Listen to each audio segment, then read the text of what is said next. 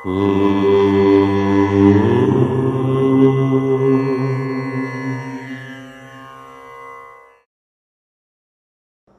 గణేశ శారదా దత్తాత్రేయ జద్గురు పరబ్రహ్మణే నమః.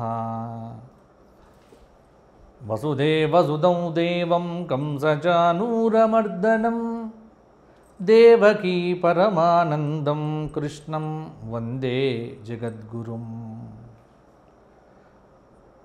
స్వధర్మ ప్రేక్షకులందరికీ మాస ఫలితాల్లో భాగంగా ఈ మే నెల మేషరాశి వారికి ఎలా ఉండబోతోంది అంటే వైశాఖ మాసం. వైశాఖ మాసంలో ఎటువంటి ఫలితాలు ఉండబోతున్నాయి మేషరాశి వారికి, తగు జాగ్రత్తలు ఏ విధంగా తీసుకోవాలి మొదలైనవి చెప్పుదాము. అశ్విని 4 పాదాలు, భరణి 4 పాదాలు, కృత్తిక 1వ పాదం కలిస్తే మేషరాశి అవుతుంది. మేషరాశి వారికి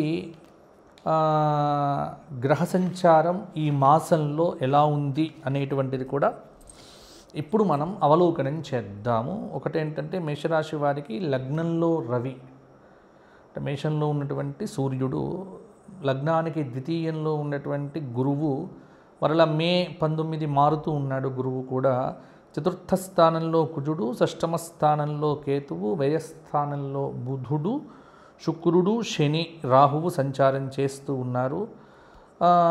కొంత ప్రభావం అనేటువంటిది మేషరాశి వారి మీద ఎలా ఉండబోతోంది, ఏమిటి అనేటువంటిది ఈ మాస ఫలితాలు ఇప్పుడు మనం చూసుకున్నట్లయితే మేషరాశి వారికి ఈ మాసమంతా కూడా మధ్యస్థంగా ఉంది అని చెప్పొచ్చు. అంటే పెద్ద వృద్ధి కాదు, పెద్ద ఇబ్బంది కాదు. గ్రహ సంచార పరంగా కొంత మార్పులు అనేటువంటివి మాత్రం ఇక్కడ జరుగుతూ ఉన్నాయి. ఇప్పుడు మే మొత్తంలో కూడా గ్రహ సంచారంలో మార్పులు ఉంటాయి కాబట్టి కొంత మధ్యస్థంగా ఉంటుంది అని చెప్పవచ్చు. ఈ వృత్తిపరంగా, ఉద్యోగపరంగా, వ్యాపారపరంగా కొంత కలిసి వస్తుంది, కొంత పర్వాలేదు. దాన ధర్మాలు చేస్తారు.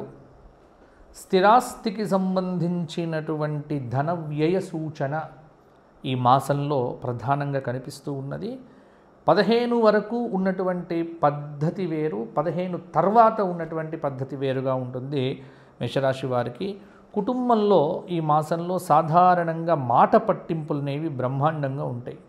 కాబట్టి మాట్లాడేటప్పుడు కొంత జాగ్రత్తగా ఉండటం అనేటువంటిది అవసరము. కారణం ఏమిటి అంటే మేషరాశి వారికి లగ్నంలో ఉన్నటువంటి రవి కొంత అనుకూలతను ఇచ్చినప్పటికీ కూడా వృషభంలో ఉన్నటువంటి గురువు కావచ్చు, చతుర్థ కుజుడు కొంత ఇస్తూ ఇక్కడ వ్యయస్థానంలో ఉన్నటువంటి గ్రహాలు అంటే బుధుడు కానీ, శుక్రుడు కానీ, శని, రాహువులు వీళ్ళందరూ కూడా కొంత ఇబ్బందికరమైన పరిస్థితిని ఇస్తూ ఉంటారు.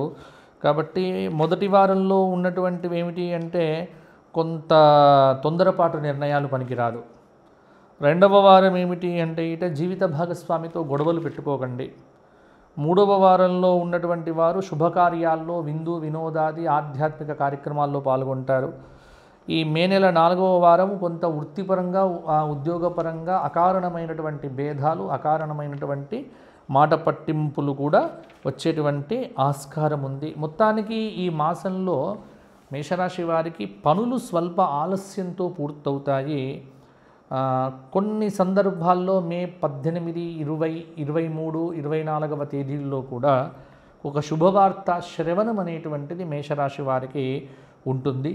కొంత బంధుమిత్రుల సహాయ సహకారాలు కూడా లభిస్తాయి. విద్యార్థులు కష్టపడితేనే బాగుంటుంది, మంచి సమయం. ఉద్యోగపరంగా కూడా లాభం చేకూరుతుంది. నూతన ప్రయత్నాలు కూడా ఫలించే ఆస్కారం ఉంది. శుభకార్య ఆచరణ కావిస్తారు. కొంత గొడవలకు దూరంగా ఉంటే సరిపోతుంది. దూర ప్రయాణాలు చేసేటప్పుడు మేషరాశి వారు బాగా జాగ్రత్తలు తీసుకోండి. కోర్టు వ్యవహారాలు రాజకీయంగా కొంత అనుకూలంగా ఉండకపోవచ్చు.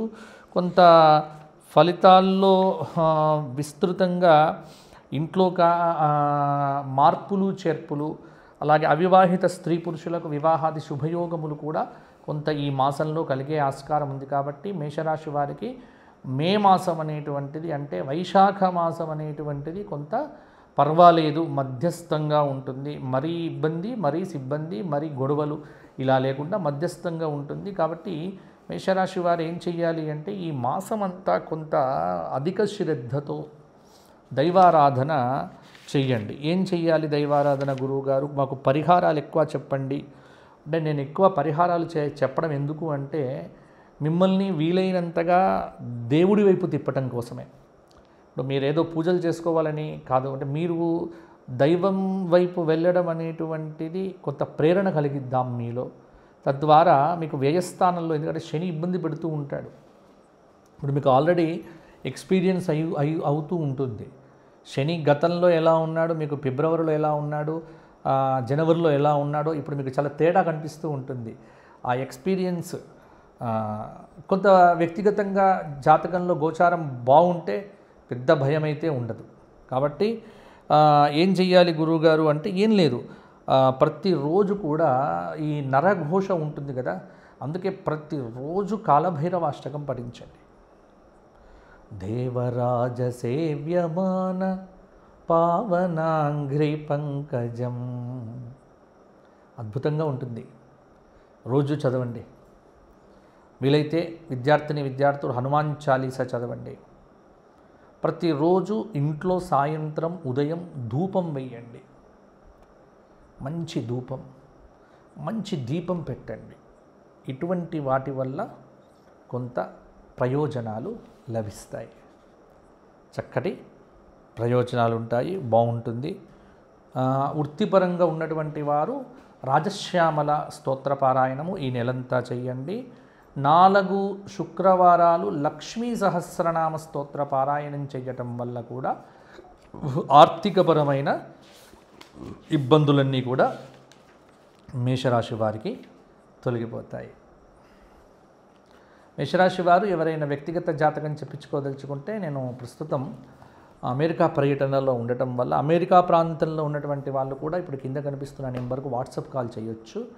కాబట్టి జ్యోతిష్యపరంగా మీ వ్యక్తిగత జాతకాన్ని విశ్లేషణ చేయడం జరుగుతుంది. ఇంకొక ప్లీజ్ దయచేసి ఒక మాట చెప్పాలి అందరికీ కూడా, అంటే మా సిబ్బంది చెబుతున్న మాట ఏంటంటే, ఫోన్ కాల్స్ రాత్రి ఎప్పుడు పడితే అప్పుడు చెయ్యకండి. ఎందుకంటే మీరు రాత్రి వీడియో చూసారంటే రాత్రి చేస్తే ఎట్లా చెప్పండి, అంటే ఇంట్లో అందరూ పిల్లలు ఉంటారు, అందరూ ఉంటారు కదా, కొంత కుటుంబపరంగా ఇబ్బందులు అవుతాయి. కాబట్టి దయచేసి మీరు ఫోన్ కాల్స్ ఇప్పుడు మార్నింగ్ 10 నుంచి సాయంత్రం 8 లోపల ఎక్కువ చేయండి. ఆ టైంలో ఫోన్ ఎత్తుతారు. లేదు అంటే ఫోను మీ కాల్ వస్తుంది, తమాషాగానో లేకపోతే ఇబ్బంది పెట్టే విధంగా కాల్స్ చేయకండి. మీకు అవసరం ఉంటే చేయండి, తప్పకుండా మాట్లాడతారు. దయచేసి సహకరించండి. స్వధర్మ సేవా ఫౌండేషన్కు మీ సహాయ సహకారాలు చాలా కావాలి. మంచి కార్యక్రమాలు చేద్దాము, మీ తోడ్పాటు ఉండాలి. 10 మందికి చెప్పండి. జ్యోతిష్యం అనేటువంటిది మూఢనమ్మకం కాదు.